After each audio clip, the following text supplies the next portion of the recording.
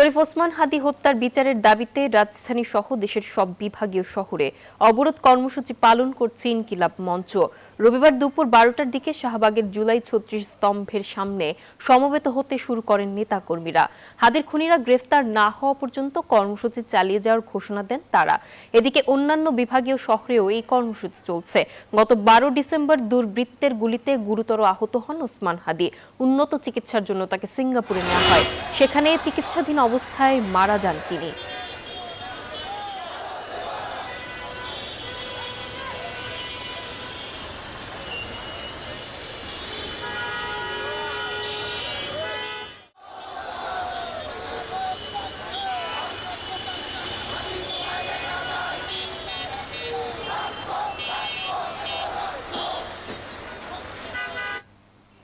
ইনকিলাব মঞ্চের বিভাগীয় অবরোধ কর্মসূচি নিয়ে আরো জানাতে যুক্ত হচ্ছেন আমাদের সহকর্মীরা। শুরুতেই যাব রাজধানী শাহবাগে, সেখানে আছেন বদরুল আলম শাওন। শাওন, শাহবাগে ইনকিলাব মঞ্চের কর্মসূচির কি চিত্র দেখছেন, আমাদেরকে বিস্তারিত জানাবেন।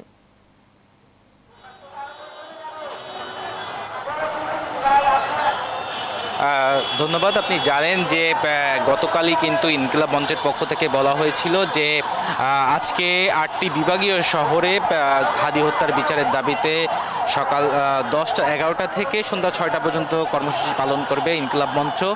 তাই প্রেক্ষিতে আমরা দেখছি যে শাহবাগে কিন্তু এখনও তারা অবস্থান নেননি। কিছুক্ষণের মধ্যেই তারা শাহবাগে অবস্থান নেবে ইনকিলাব মঞ্চের পক্ষ থেকে, এমনটি জানানো হয়েছে। এর আগে শাহবাগে আমরা দেখেছি বেলা 12টার দিকে কিছু জনতা এখানে জুলাই 36 যে স্তম্ভ আছে সেই জুলাই 36 স্তম্ভর এখানে জড়ো হয়ে তারা হাদি হত্যার বিচারের দাবিতে অবস্থান নেয় এবং কিছুক্ষণ আগে তাদেরকে সরিয়ে দেওয়া হয় এবং এখানে ইনকিলাব মঞ্চের এই অবস্থান কর্মসূচির শুরু হবে কিছুক্ষণের মধ্যে, এমনটি জানানো হয়। এর আগে আপনি জানেন গতকাল রাতে ইনকিলাব মঞ্চের পক্ষ থেকে যখন ঘোষণা দেওয়া হয়েছিল যে হাদি হত্যার বিচারের যতক্ষণ পর্যন্ত যারা জড়িত ততক্ষণ পর্যন্ত তারা তাদেরকে গ্রেপ্তার করতে না পারবে, এই ঘটনায় যারা জড়িত ততক্ষণ পর্যন্ত তাদের এই কর্মসূচি চলবে। ইতিমধ্যে আজকে ডিএমপির পক্ষ থেকেও কিন্তু আমরা দেখেছি যে এই হাদি হত্যার যে মামলা, সেই মামলার কি অগ্রগতির বিষয়ে কিন্তু আজকে সংবাদ সম্মেলনে জানানো হয়েছে। তো এখন পর্যন্ত কর্মসূচি ইনকিলাব মঞ্চের শাহবাগে শুরু হয়নি। শুরু হলে পরবর্তী খবর আমরা আপনাদেরকে জানিয়ে দিতে পারবো। আমাদের চট্টগ্রামে আরেক সহকর্মীর জয় রয়েছেন, সেখানে আমরা জানবো এর পরবর্তী খবর।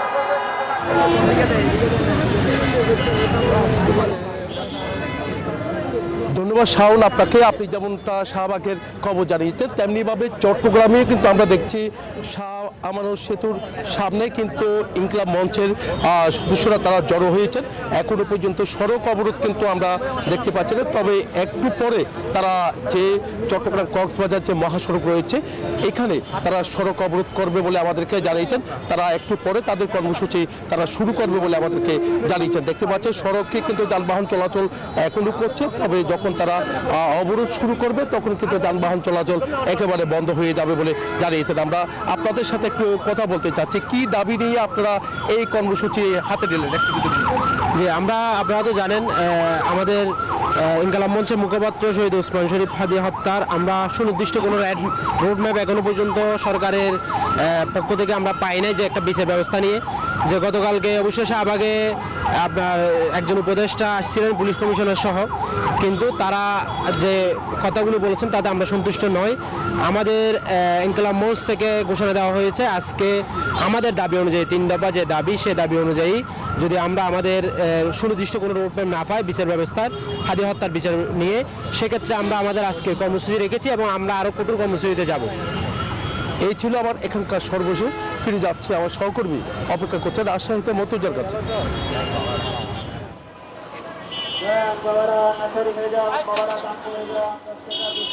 জয়, রাজশাহী বিশ্ববিদ্যালয় মেইন গেটে আন্দোলন করার কথা রয়েছে আন্দোলনকারীদের। তারা তেমনটি জানিয়েছেন যে দুপুর 2টা থেকে রাজশাহী বিশ্ববিদ্যালয়ের যে মেইন গেট সেখানে তারা সড়ক অবরোধ করবেন এবং এরপরে একাংশ রাজশাহীর যে বিশ্ববিদ্যালয় সংলগ্ন যে রেল স্টেশন সেখানে তারা রেলপথ অবরোধ করবেন। তবে এখন পর্যন্ত কোনো আন্দোলনকারী বিশ্ববিদ্যালয়ের মেইন গেটে এসে পৌঁছায়নি। তারা বলছে যে তারা হয়তো আর কিছুক্ষণ পরে পৌঁছাতে পারে। তো মেন গেট এখন পর্যন্ত ফাঁকাই রয়েছে, যান চলাচল স্বাভাবিক রয়েছে, রেল যোগাযোগও স্বাভাবিক রয়েছে।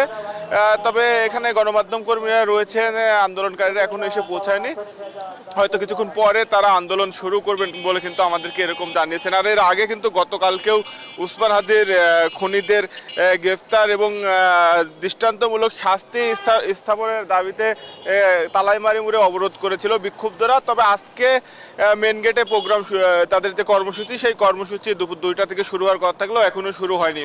এই ছিল রাজশাহী থেকে সর্বশেষ।